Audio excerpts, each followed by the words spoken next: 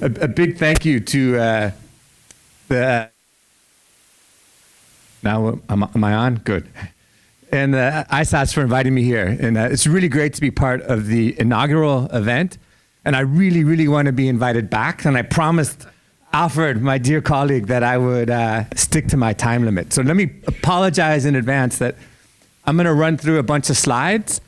And I'm going to not explain a lot of them. I'm just going to tell a story. But I've been at the fund too long, so I think in PowerPoint. So it's just the way for me to remember the story. And I want to go back to what's the main takeaway? The main takeaway is the title.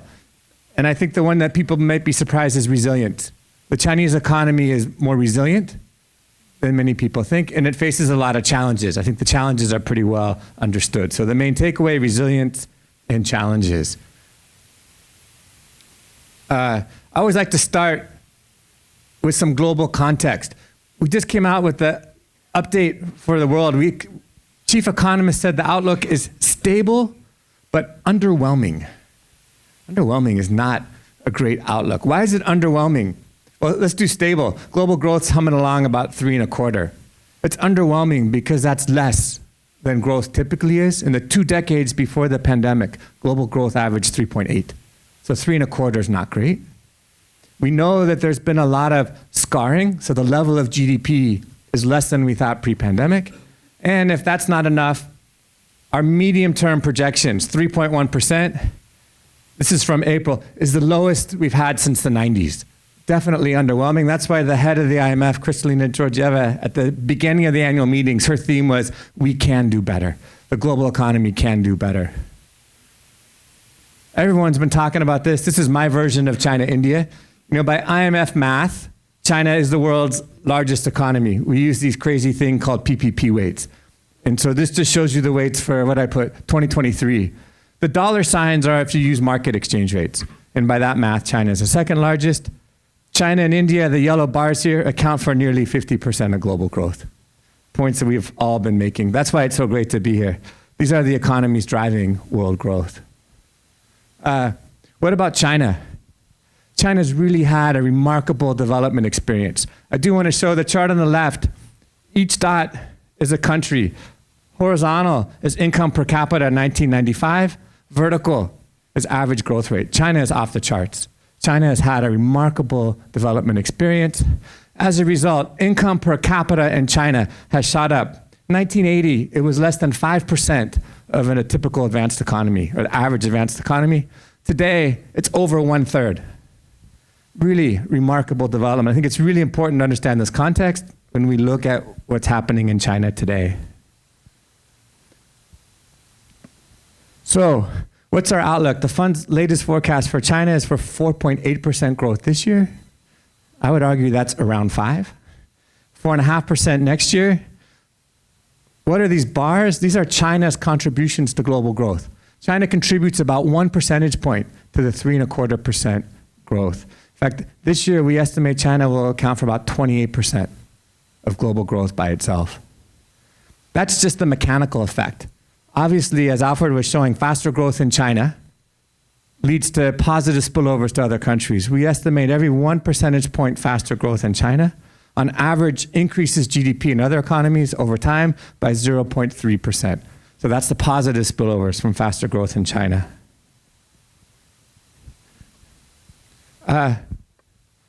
Think of this as a level of GDP against a 5% trend. Why 5%? I don't know. Just anchor the eyes. Nothing special about 5. And we can see that lately, GDP in China, the last 2 quarters have slowed a bit. This is the published seasonally adjusted annualized rate. So the last 2 quarters were 2% and 3.6%. That's momentum. What gets more attention is the real growth in Q3 was 4.6%. But this also shows the fact that the red line, which is nominal, is below the blue line, is that the prices have been declining. So the GDP deflator has been running negative. Consumer prices have stayed slightly positive. Consumer prices in China are typically driven by food. We see the core green is low, but less volatile. China's inflation pattern has been a bit different than the rest of the world. EMDE is emerging market and developing economies. Most of the world saw a spike in inflation. China's actually seen low inflation. We forecast inflation to return to normal by the end of next year. Let's hope we're good forecasters. So that's our story on inflation. Why do I say resilience? China's had a welcome and necessary adjustment in the real estate market. And I'm not going to attempt to explain these slides. Let me just tell a story. Real estate in 2020 accounted for about 20% of value added if you count upstream and downstream. 90% of households in urban areas own a home. Local governments were very reliant on land sales for revenue. And strangely, the market was in big oversupply and also prices were too high. And the government decides it's time to adjust. Guess what? It's going to hurt. There's no way to get an adjustment. We estimate supply needed to correct by 30 to 50%. If someone knows a way to adjust 20% of your economy by 30 to 50% without pain, please let me know. So the goal now is how to achieve that adjustment with a minimum of economic cost. This chart is actually from when Alfred and I were working together on China. It's from 2015 staff report. Why do I show a chart from 2015? Just to make the point, we've known for a long time that the real estate market needed to correct. And so the fact that it happens later, the size of the adjustment is more. So when we say resilience, you have an economy that grew 4.8% in Q3. That's in the middle of a pandemic recovery and has had a really historic size correction in real estate. 4.8% really isn't that bad in that context. So that's the resilience. So what are the challenges? I'm going to focus on just two, which I think are the most important by far, and they're often overlooked because we tend to focus on near term. So these are two more medium term challenges. And apologies, this one is really a geeky macro thing about productivity. IMF has marked down our forecast for medium term growth in China. In October 2022, we had 5-year ahead forecast was 4.6%. Now our 5-year ahead forecast is 3.3%. We have switched from a scenario that was basically a reform scenario to a scenario where there's less reforms. At the end of the day, China, like much of the world, has faced a decline in productivity. So us macro people like to say growth comes from adding labor, adding capital, or using it better. The use it better is productivity. And China, like much of the world, has seen a decline in productivity. So our point is how fast China grows in the future is going to depend on productivity. Productivity growth, in turn, depends on reforms. I'm not going to try to explain this chart. That would be my whole 15 minutes. But the point of this chart is we have two scenarios. The one on the left is basically our baseline, a year old, but didn't change much. The one on the right is what could happen with more reforms. China could grow faster. So the 10-year ahead is 2.4% in a less reform scenario. It could be 4.1%. Those who do good compounding math, those differences in growth rates actually lead to huge differences in level of GDP. So the message to China is to pursue structural reforms to generate more growth. China is not alone. This chart's not China, this is global. Globally, we've seen a decline in productivity. The fund actually prior to the pandemic, if you can remember back then, it was focusing a lot on the decline in global productivity since the global financial crisis. How do you boost productivity? Often we think of innovation, which helps. Another one though, and these are how much we estimate globally different reforms can boost productivity. I want to really focus on structural reforms to reduce misallocation. So one way to get productivity is innovation. The other one is to allocate resources well. I think this message is really, really important for China. It's not just getting more productive within an industry. It's making sure resources flow to the most productive uses. This is particularly important in the service sector in China.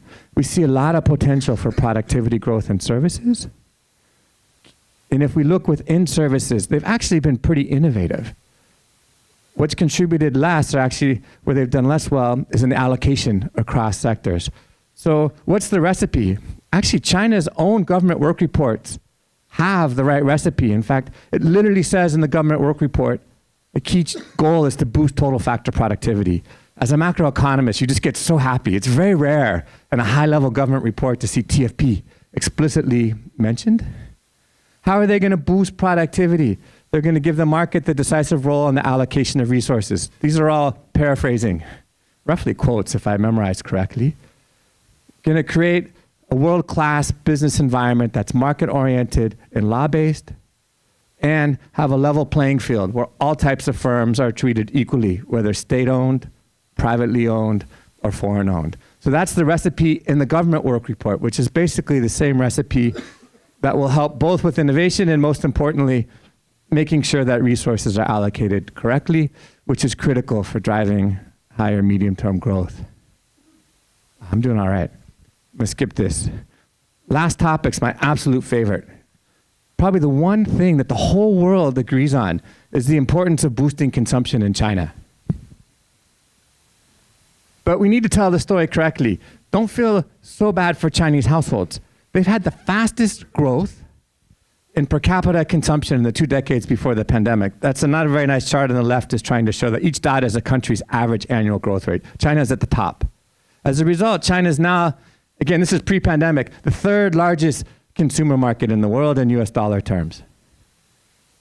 The problem, if you can call it that, is GDP grew even faster. So consumption as a share of GDP in China was falling. And as a result, what this chart's trying to show is this is the consumption share of GDP for households. China is among the lowest in the world.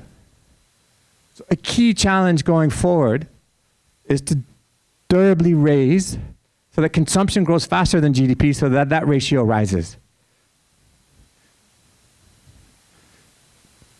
Mechanically, there's 2 reasons that consumption to GDP can be low.